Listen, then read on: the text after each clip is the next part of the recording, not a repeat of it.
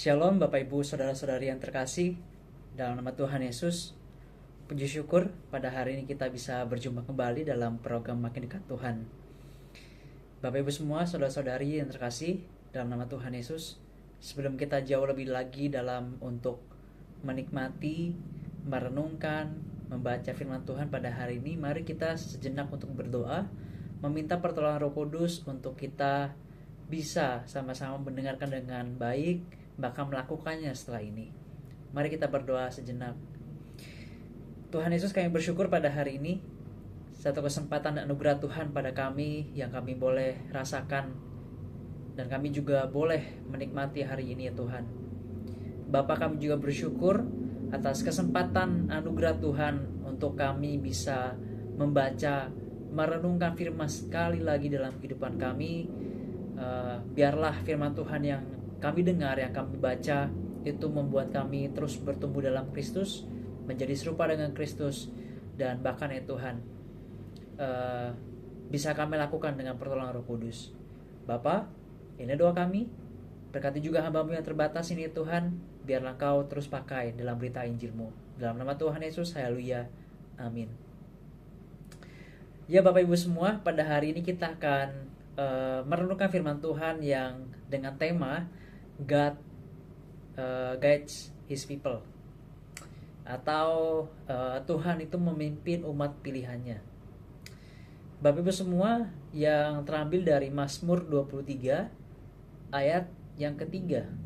Mazmur 23 ayat yang ketiga. Saya akan bacakan untuk kita semua ayat yang 3b. Mazmur 23 ayat 3b. Ia menuntun aku di jalan yang benar oleh karena namanya. Sekali lagi saya bacakan. Ia menyegarkan jiwaku. Ia menuntun aku di jalan yang benar oleh karena namanya. Amin. Sejauh demikian bacaan kitab kita Bapak Ibu semua. Berbahagialah setiap kita yang membaca, merenungkan, bahkan terlebih lagi yang melakukan dalam kehidupan kita bersama-sama. Beberapa tahun lalu Bapak Ibu semua, teman-teman, sekelompok pendaki tersesat di sebuah gunung. Kabut yang tebal tiba-tiba menyelimuti mereka. Mereka kehilangan semua tanda jalan. Mereka nggak bisa lihat apa-apa karena kabut itu tebal sekali. Lalu salah seorang pendaki yang sudah kehilangan harapan pada saat itu tiba-tiba melihat tali yang terikat kuat di antara batu-batu. Tali itu adalah jalur yang dipasang oleh pendaki sebelumnya ternyata, yang tahu medan yang dengan baik. Nah, dengan memegang erat tali itu, mereka akhirnya sampai ke base camp dengan selamat, Bapak Ibu teman-teman.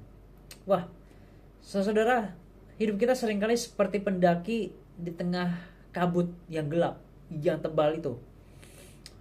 Kita menghadapi ketidakpastian dalam pekerjaan, kebingungan dalam mengambil keputusan, atau bahkan kegelapan dalam penderitaan kita nih. Tetapi hari ini, firman Tuhan memberikan kita sebuah kebenaran yang menghibur, yaitu Allah kita adalah penuntun yang setia. Mazmur 23 ini yang mungkin sering kita baca di setiap saat-saat kita duka maupun tidak duka, sebenarnya adalah mazmur yang begitu penuh dengan pengharapan. Ini bukan hanya tentang kenyamanan di padang rumput yang hijau, tetapi tentang kepastian bahwa Allah itu aktif, memimpin kita di setiap langkah kehidupan kita. Oleh sebab itu, mari kita masuk lebih dalam lagi dalam kebenaran ini dengan sama-sama belajar untuk melihat hal ini. Bapak Ibu, saudara-saudara dikasih yang dalam nama Tuhan Yesus, Mazmur 23 ini ditulis oleh Daud, seorang yang sangat mengenal pergumulan hidup. Ia pernah dikejar-kejar oleh Saul, menghadapi peperangan, bahkan si Daud ini juga pernah jatuh dalam dosa yang dalam banget.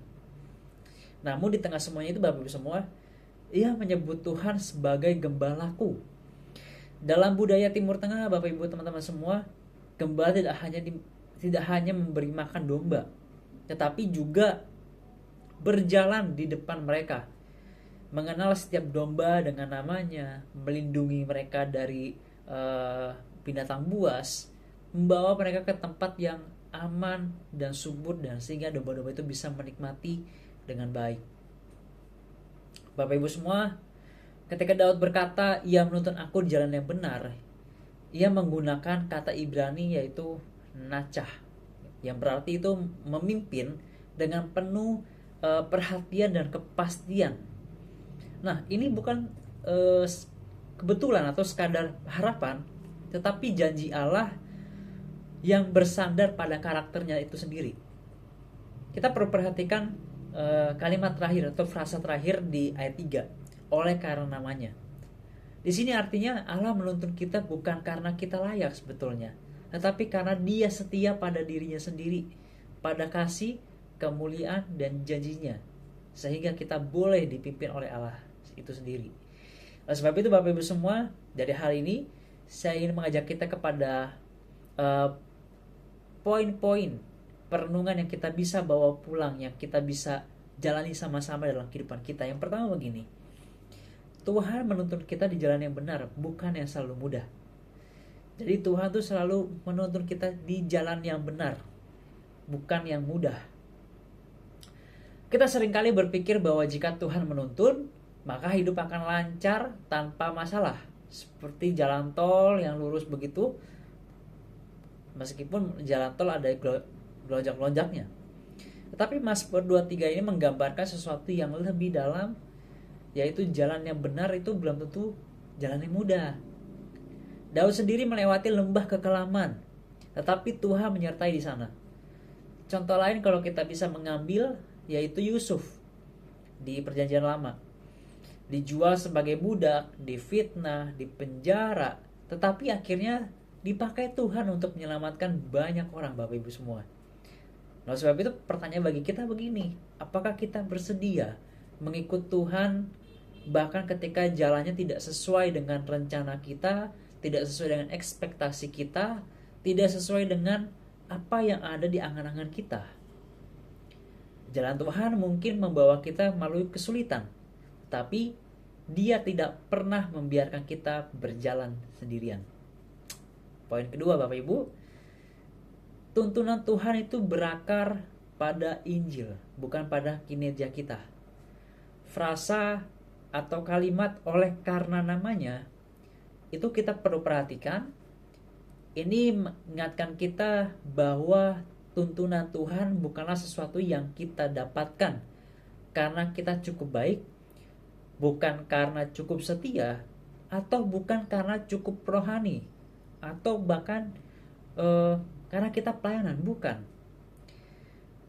Tetapi tuntunan Tuhan adalah anugerah yang Tuhan sediakan, yang Tuhan kasih kepada kita semua. Ini mengarahkan kita kepada Yesus, gembala yang baik, yang juga tercatat dalam Yohanes 10 ayat 11, yang menyerahkan nyawanya bagi domba-dombanya.